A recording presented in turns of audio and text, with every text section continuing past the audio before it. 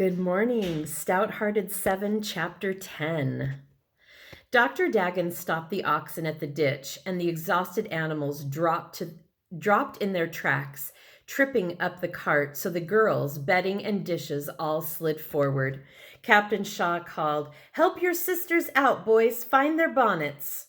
The girls climbed into the cart and hunted among the litter of clothes and bedding, but only found one bonnet, which John tied over Matilda's ragged hair. Frank scrambled over the end gate, untied the ropes that held it, and lifted his sisters out one at a time. Catherine saw his lips tremble as he held Matilda close in his arms before setting her down. Then he swung around to lean on one of the wobbly old wheels and laid his head in his arms. She knew he was crying. John resumed his seat, and he too began to sob, so the boys knew they were not going to stay here. Even Dr. Dagon, standing beside the oxen, whip dangling from his fingers, looked ready to weep. Catherine hugged her sisters together and waited to see the awful person who was separating her family. At that moment, Mrs. Whitman appeared in the doorway, a tall, plump, smiling woman with red gold hair and a fair complexion, a large nose and wide gray eyes. She wore a dark blue calico dress and was tying a blue checkered gingham sunbonnet over her head. Catherine, surprised to see someone so different from what she had expected, thought she looked like an angel. For a moment, she stood in the doorway, staring at the scene before her as if she could not believe her eyes.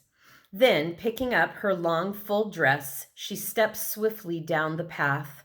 The girls, like frightened lambs, ran behind the wagon, turning to peep shyly at her. She stopped at the back of the cart, looked at them a moment, then at the boys, the shocked, unbelieving expression still on her face. "Why are you crying?" she asked, then murmured to herself, "No wonder, I guess."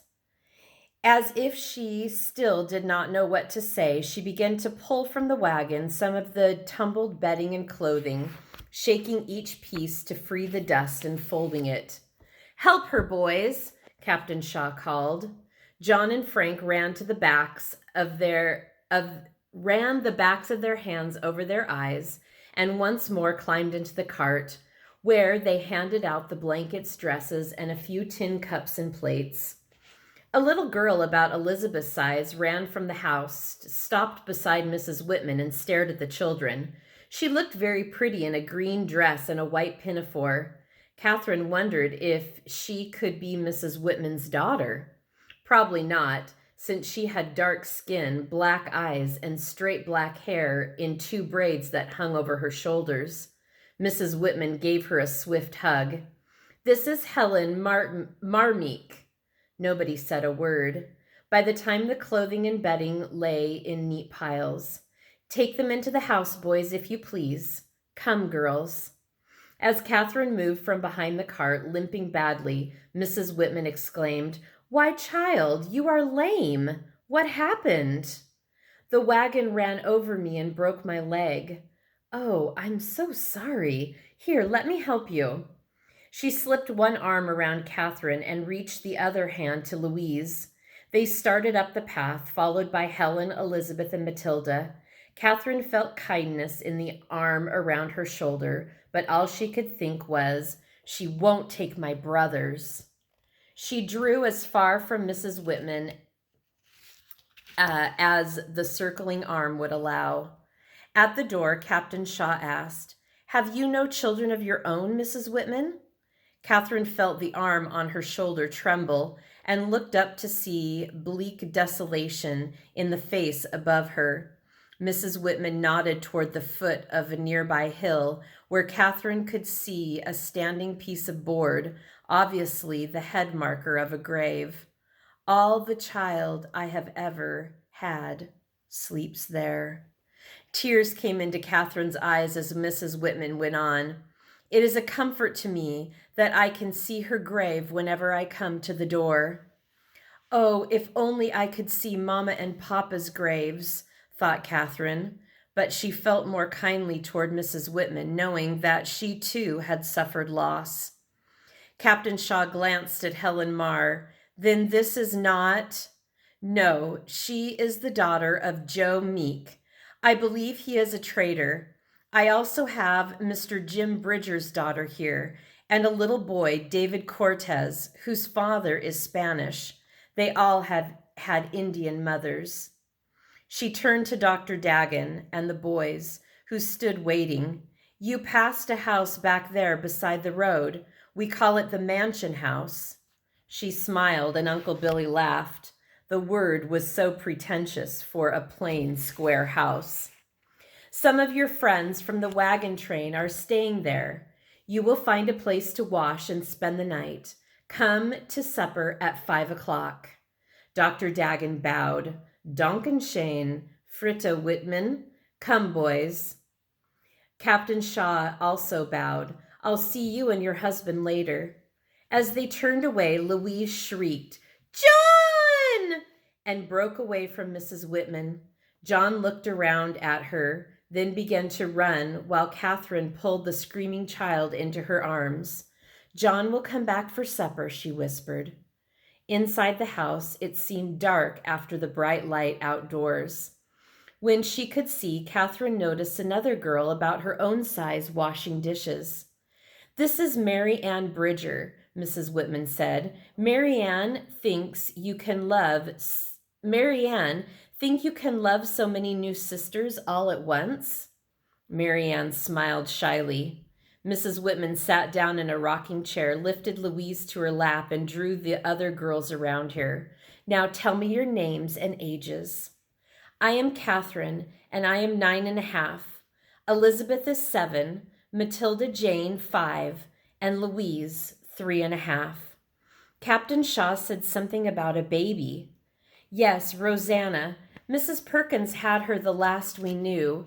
It might be Mrs. Ed's now. The ladies passed her around, you know, to let her nurse when their own babies didn't need all the milk. Their wagons did not come as fast as ours. We don't know. She was so weak. She may be dead. Oh, I had hoped. Her eyes went to a cradle standing beside the inner door. Was it your little girl's? Yes, Alice Clarissa's. What happened? She drowned in the river. She was 2 years and 3 months old. She brushed back her hair as if putting away her sad thought. Helen, run out to the mill and call father. So Mrs. Whitman did have a daughter named Alice Clarissa, and she drowned in the river that ran near their house. Helen dashed away, and in a few minutes the door opened and Catherine saw a man as tall as Papa standing there in a rough gray work shirt and buckskin pants patched in many places. His dark hair was tingled with gray, and he had a dark beard like Papa's. Under shaggy eyebrows, deep-set blue eyes twinkled with fun, and she liked him at first sight. Well, Mother, what a fine family! Louise had managed to slip down from Mrs. Whitman's lap, but when the doctor stooped to pick her up, she shrieked and fled to Catherine. Mrs. Whitman laughed. Catherine thought how much prettier she was when she smiled or laughed. The doctor looked sheepish, but when he sat down, Matilda went to stand beside his chair. Here's one that won't scream at the sight of me. Gently, he lifted her to his lap. Light as a feather. What is your name, dear?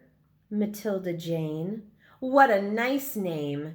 He settled back in the chair, his arms around her. Catherine saw her sister lean against him, raise one hand and begin to stroke that beard that was so much like Papa's. I thought there was a baby, Dr. Whitman said softly. His wife explained and he sighed. Oh, poor little thing. It was the baby I wanted most of all. She would have been more like my own. I'm sorry, Mother. We might have been able to save her. He set Matilda on the floor and stood up. Where are the boys? They went out to the mansion house with Captain Shaw and that man who drove the cart. The doctor had been looking closely at the children. Give them just a little bread and milk. They have been starving so long. We'll have to go easy on food." He hurried away with a quick gaunt that was to become so familiar to the children.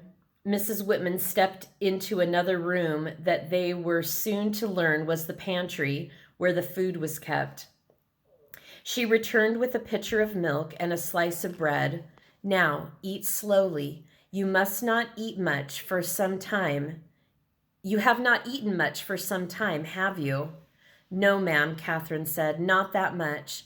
But they divided everything they had with us. The whole wagon train sort of adopted us. It was good of them. Now, the next thing is to give you baths. Marianne, you and Helen bring the tub in while I find some clean clothes." She disappeared into the inner room they had not seen yet. So the children had been starving, and if they ate too much food at one time, it would shock their system because their body was kind of shutting down.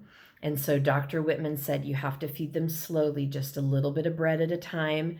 It's kind of like when you have the flu, after you've had the stomach flu and you've kind of been throwing up, and you have to start eating things really slowly because your stomach's not ready to take in a whole bunch of food. That's kind of how they were. So even though they were really hungry and wanted a lot of food, the doctor said just a little bit of milk and some bread and just start them very slowly. Matilda and Louise climbed onto a nearby couch and promptly went to sleep. Catherine and Elizabeth walked around the comfortable kitchen. "Look, sis, she has a cook stove," Elizabeth whispered, "just like Mama wanted." Slowly, they circled the large room, almost afraid to speak out loud, but nudged and pointed a finger at one thing, then another.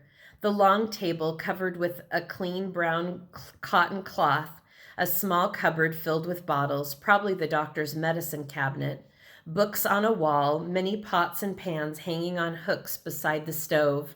On a shelf above it, a row of saturons and candlesticks, a hutch cupboard full of blue and white porcelain dishes. "Oh, sis, remember Mom's dishes?" Arms around each other, they began to cry as they had not cried since Mama died. Marianne and Helen brought in the wooden wash tub.